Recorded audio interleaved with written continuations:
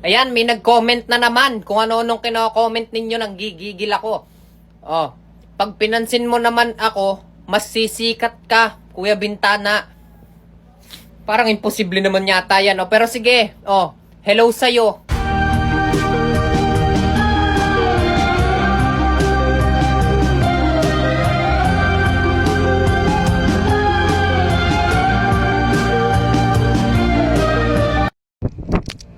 Ano na naman to? Bata ko.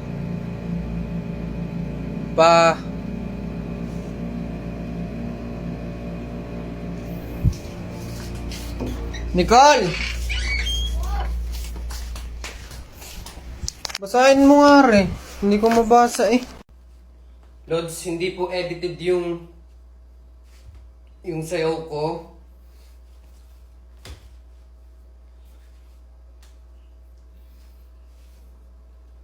Hindi ako nag-e-edit sa sayaw sa YouTube pa pwede. Omegle ka ulit, Lods. Patay tayo dyan. Mapapalaban na naman tayo ng Englisya neto. Puro kasi Indianong nalabas doon. Pero sige, dahil malakas ka sa akin. Sige, tara, mag-o-omegle tayo. So guys, gusto ko palang i-share sa inyo yung ginagamit kong microphone. So ang tawag dito is Maono AU-A03. Hindi ko alam kung Maono o Mauno. So maganda to, na-try ko na tong gamitin. Napakalinaw ng boses ko, kaya ito rin ulit gamitin natin sa pag-o-omegle. So simulan na ang pag-i-English na ito. Hello? Hello? No.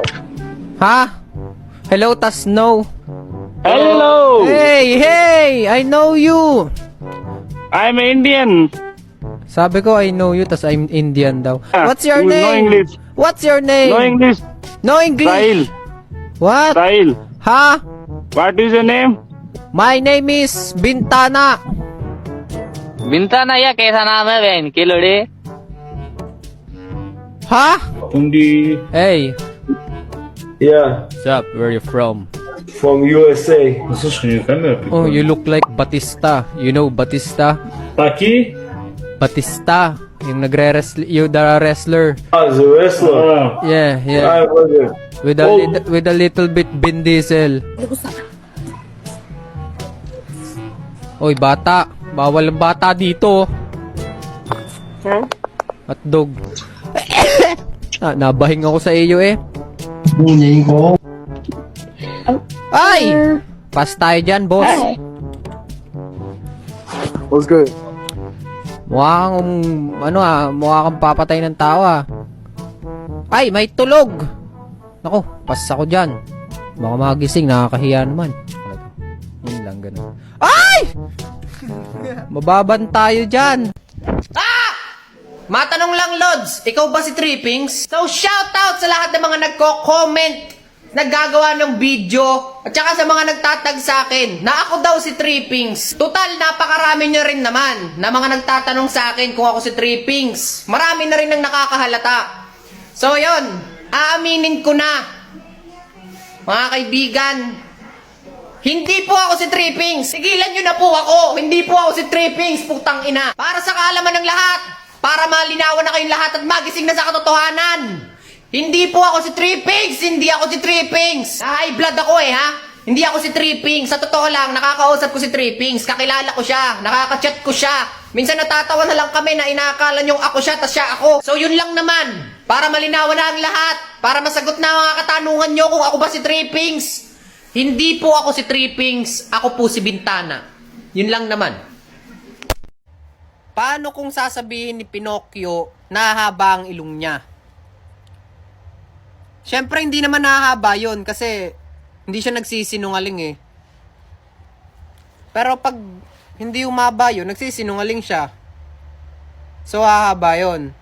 Pero pag humaba yun, hindi siya nagsisinungaling. So, hindi yun nahaba. So, nagsisinungaling siya pag hindi humaba yun. Pag hindi humaba yun, nagsisinungaling siya, hindi hahaba yun.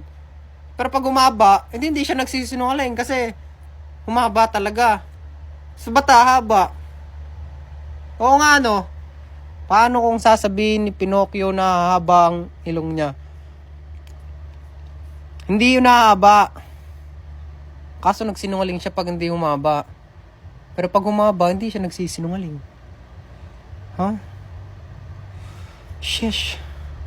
Paano kung sasabihin ni Pinocchio na haba ang ilong niya? O ano? Paano yun? Maluluko na ba yung ilong niya? Imbis na isipin mo yung tamang sagot dyan, alam mo, ito ang tamang sagot dyan. Para hindi ka na mahirapan mag-isip, para hindi ka na may stress. Maglaro ka na lang ng eggy party. Yon. Hindi ka pa mag-iisip ng kahit ano doon, mag-e-enjoy ka lang, kalaro yung mga friends mo. Ganon. Sabay-sabay kayong magpa-level up. Mag-e-enjoy ka pa. Kaysa mag-isip ng kung ano-ano. Ha? Kung di mo pa alam yon, download mo. Nasa link ko. Ay, nasa bio ko pala. Nagluluto ka pala, sample. Okay, sige, magluluto ko kasi sakto. Nag-request din naman si Nicole na ipagluto ko daw siya ng bistek. Ngayon, magluluto tayo ng bistek. Hindi ko alam kung bistek pa ba to kung tatawagin dahil na rin natutunan ko kay Brother Leon. Siyempre, hindi naman perfect yung bistek ko, walang kanin, kaya saing muna tayo. Yun, okay na, kaya isa lang na natin. Sibuyas, maraming kalamansi, tapos siling haba. Depende na sa inyo kung ilang piraso yung trip nyo, pero dahil mahilig kami sa manghang, dadamihan ko. Uy, panis. Yan, siling haba, sibuyas, tas sibuyas ulit. Pero yung sibuyas na to buo-buo para sa plating. Ngayon, isa lang muna natin yung pork steak natin na nakakat lang ng ganyan kanipis. Bahala na kayo kung anong klase ng cut ang gusto nyo. Ngayon, pag naisalang nyo na, i-half cook nyo lang siya, no, para hindi tumigas. Pag ganyan na medyo nagba-brown na, pwede na yan, no? Pwede nyo na set aside. Wow, set aside! So, pagkatapos nyo prituhin yan, pwede nyo nang isalang tong sibuyas nyo, tsaka itong siling haba. Maghanda rin pala kayo ng maraming kalamansi kasi masarap yan. Di naman required na sa shot glass nyo sa ilagay. Ito lang yung nakita ko. Kapag nagba-brown na yung sibuyas, ilagay na natin si siling haba. Pag okay na, ilalagay na natin ulit yung pinrito nyong baboy. Igigisa nyo muna yung pinrito nyo na baboy. Lagyan na natin siya ng toyo. Hala na kayong tumansya.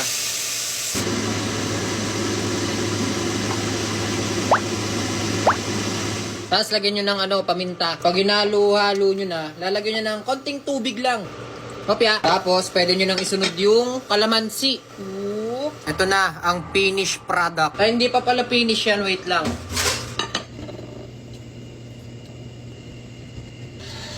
Bistek, pare. Kabahan ka na, Ninong Ray. Karen, ang bistek ni Wendu. O, diba? Naikot-ikot pa yan siya. So, yun lang. Kikimas-kimas! Yo, dahil wala lang akong maisip na content, ito na lang muna ang gagawin ko ngayon. Napanood ko to kay Ace Hombre, yung gaganyan, tapos gagawa ng kwento, ganon. So, credits kay Ace Hombre. So, yun, simulan na natin. So, ako nga po pala si Window, o mas kilala sa pangalang Inidoro. Tangina. Inidoro po yung tinawag sa akin ng karamihan kasi ako daw po ay mukhang spaceship. Spaceship po yung tingin nila sa akin kasi kung ang daw po talaga, pag tinitigan akong mabuti, ako daw po ay mukhang bakla. O minsan mukha naman daw po akong tooth fairy. Minsan kasi alam ko talaga mapagbiro sila eh. Pero ang totoong tingin talaga nila sa akin ay isa daw akong mukhang demonyo. Siyempre, sinumbong ko yun sa nanay ko kasi mukha daw akong demonyo eh. Nung tinanong ko yung nanay ko, ma, ano ba talagang tingin mo sa akin? Ang sagot sa akin, anak, ang tingin ko talaga sa'yo mukha kang itlog. Tapos, syempre, sabi ko sa nanay ko, ma, ano ba talaga yung totoo? Alam ko nagbibiro ka lang. Ang sagot niya sa akin, hindi anak, joke lang.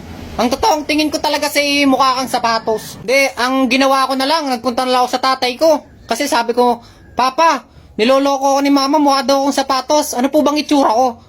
Sabi po sa akin ng papa ko, anak, mukha ka talagang ubas. Pero pag inayusan mo naman yung sarili mo, mukha kang spaceship. Siguro tropa mo din yung mga tropa ko pa. Ganito na lang yung ginawa ko. Nagpunta ako sa kapatid ko. Sabi ko sa kapatid ko, Kuya, ano bang itsura ko? Ano bang tingin mo sa akin? Sabi ng kuya ko, kapatid, ikaw ay mukhang babaeng ikakasal.